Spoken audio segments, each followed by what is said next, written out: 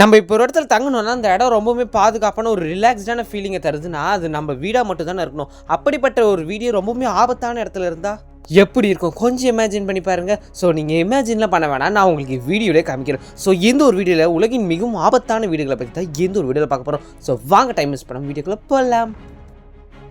இது ஒரு வீடியோவில் நம்ம முதல்ல பார்க்க போகிறது ஃபிஷிங் ஹவுஸ். அதாவது எந்த ஒரு ஆள் வெளிநாட்டை சேர்ந்தவர் இவர் என்ன பண்ணுறாருன்னு பார்த்தீங்கன்னா தினம் தினம் அவருக்கு மீன் பிடிக்கிறது பிடிக்கும். ஸோ மீன் பிடிக்கிறது சாப்பிட்றதுக்கு மட்டும் இல்லாமல் அதுவே இவரோட தொழிலை வச்சதுனால ஸோ இவர் மீன் பிடிக்கிறதுக்காக ஒரு சின்ன ஒரு பிளாஸ்டிக் கவர் மற்றும் விறகுகளால் கட்டப்பட்ட ஒரு வீடு வந்து ஒரு பாலத்துக்கு கீழே வந்து அழகாக வச்சுருக்காரு. ஸோ அதுலேருந்து அந்த வீட்டிலேருந்து பார்த்தீங்கன்னா இவர் மீன் பிடிப்பார். என்னடா மீன்னா எப்பயுமே தூண்டில் போட்டு ஏதோ கப்பல்லையோ இல்லை படகுலையோ என்ன கடற்கரை ஓரத்துலையோ தானே பிடிப்பாங்க, இவனை ஒரு லூஸ் தனமாக பண்ணுறான் அப்படின்னு நினச்சிங்கன்னா இவர் மீன் பிடிக்கிற இடத்துல பெரிய கப்பலும் நிறுத்த முடியாது. அதே சமயம் ஒரு ஓரமாக நின்று தூண்டிலும் போட முடியாது. ஸோ சென்டராக இருந்தால் தான் எதாவது பண்ண முடியும். ஸோ அதுக்காகவே கஷ்டப்பட்டு பிளான் போட்டு ஒரு சின்ன குருவி கூடு மாதிரி கட்டப்பட்டது தான் எந்த ஒரு கேரி பேக்கை சேர்ந்த வீடு. இதை பார்க்குற நிறைய பேர் கேட்கலாம், என்னடா ஒரு முட்டாள்தனமான காரியமாக இருக்குன்னு. ஆனால் இது இவரோட ஒரு க்ரியேட்டிவான மைண்டை பாருங்கள். அது மட்டும் இல்லாமல் இது ஒரு சாகசத்தை சேர்ந்த ஒரு விஷயமாக தான் இருக்கணும். ஏன்னா திடீர்னு கயிறு நடுவில் எங்கேயாவது அவுந்து விழுந்துட்டா இவர் அந்த வீடோட சேர்ந்து தண்ணியில் அடிச்சுக்கிட்டு போயிட வேண்டியதான்.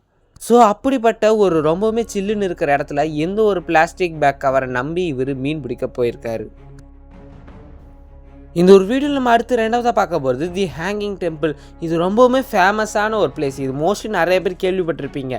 இது எங்கே இருக்குதுன்னு பார்த்தீங்கன்னா சைனாவில் தாங்க இருக்குது. ஒரு அன்யூஷுவலான பிளேஸ், ரொம்பவுமே ஆபத்தான பிளேஸ்.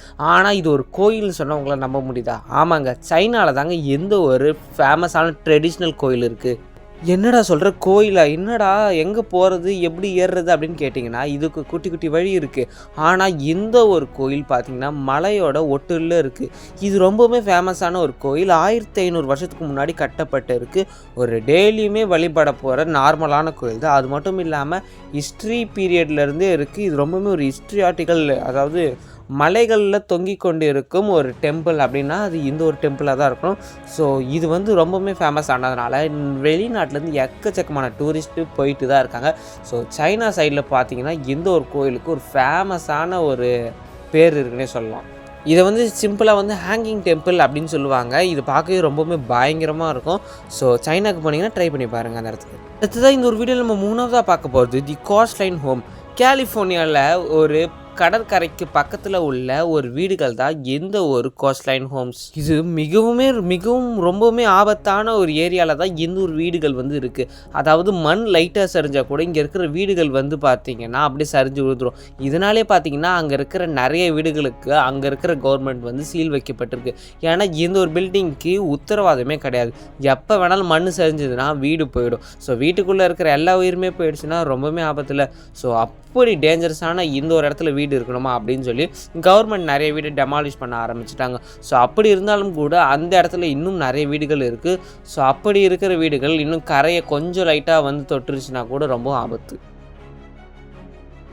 அடுத்ததாக இந்த ஒரு வீடியோ நம்ம நாலாவதாக பார்க்க போகிறது மவுண்ட் மேராப். என்னடா இது மவுண்டைன் பக்கத்தில் ஏதாவது வீடு இருக்கா அப்படின்னு தானே கேட்பீங்க. அதுதான் கிடையாது. நீங்கள் பார்க்குற இந்த ஒரு மவுண்டன் கிடையாது, வல்கனோ, அதாவது எரிமலை குழம்பு. ஸோ அப்படிப்பட்ட இந்த ஒரு எரிமலை பக்கத்தில் இருக்கிற எந்த ஒரு வீடுகள் ரொம்பவுமே சாகசக்காரங்க தான் சொல்லி ஆகணும். ஏன்னா எந்த ஒரு எரிமலை பக்கத்தில் இருக்கிற அந்த வீடுகளுக்கு எப்போ வேணாலும் இந்த எரிக்குழம்பு வந்து வெடிக்க ஆரம்பிச்சிடும். ஸோ அப்படி வெடித்து செதறிடுச்சுன்னா அங்கே இருக்கிற வீடுகள்லாம் பயங்கரமாக வந்து அஃபெக்ட் ஆகும். இது வந்து நான் ஆக்டிவ் வல்கனோ இல்லை, ஆக்டிவ் வல்கனோ. அதாவது எப்போ வேணாலும் வெடிக்கும்னு சொல்லுவாங்கள்ல, அந்த மாதிரி எப்பயுமே தீக்குழம்பு உள்ளே இருக்கும்.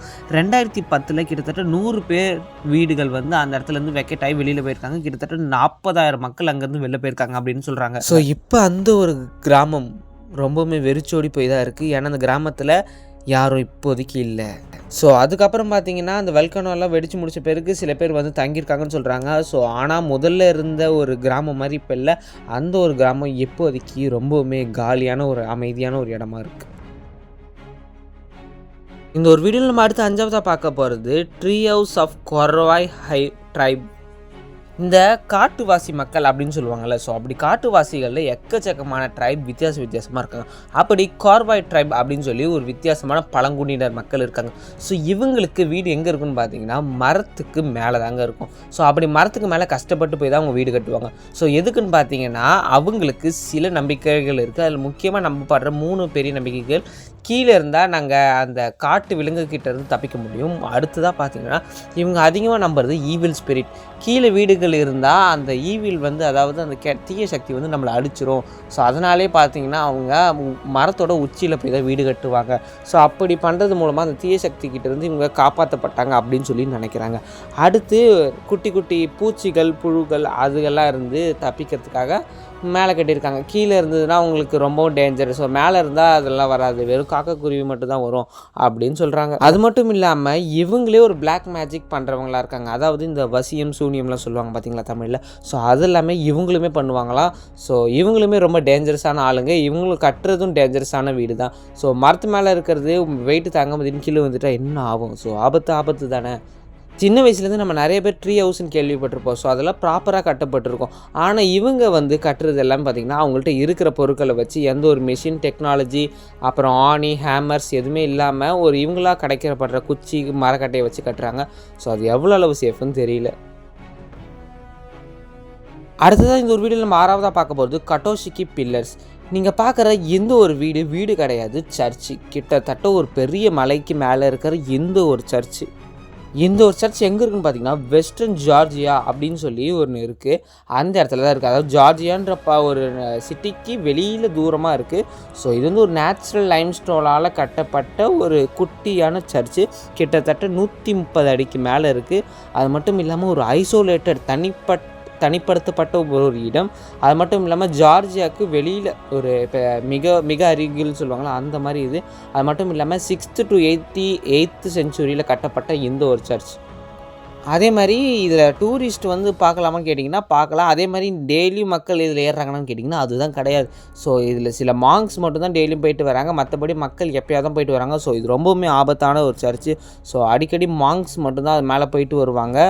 ஸோ ரொம்பவுமே ரிஸ்க் எடுத்து மக்கள் போகாத காரணம் ஒரு பயம்தான். அது மட்டும் இல்லாமல் பயமும் தாண்டி கோயிலுக்கு எப்பயுமே மக்கள் வந்து டெய்லியும் போகிறது வந்து எப்படி, ஸோ டெய்லியும் போகிறவங்க போய்கிட்டு தான் இருக்காங்க, எப்போயாவது போகிறவங்களும் வந்துக்கிட்டு தான் இருக்காங்க. ஜார்ஜியா அப்படின்ற ஒரு பிளேஸ் வந்து பார்த்திங்கன்னா ரொம்பவுமே சூப்பரான பிளேஸ் தான்.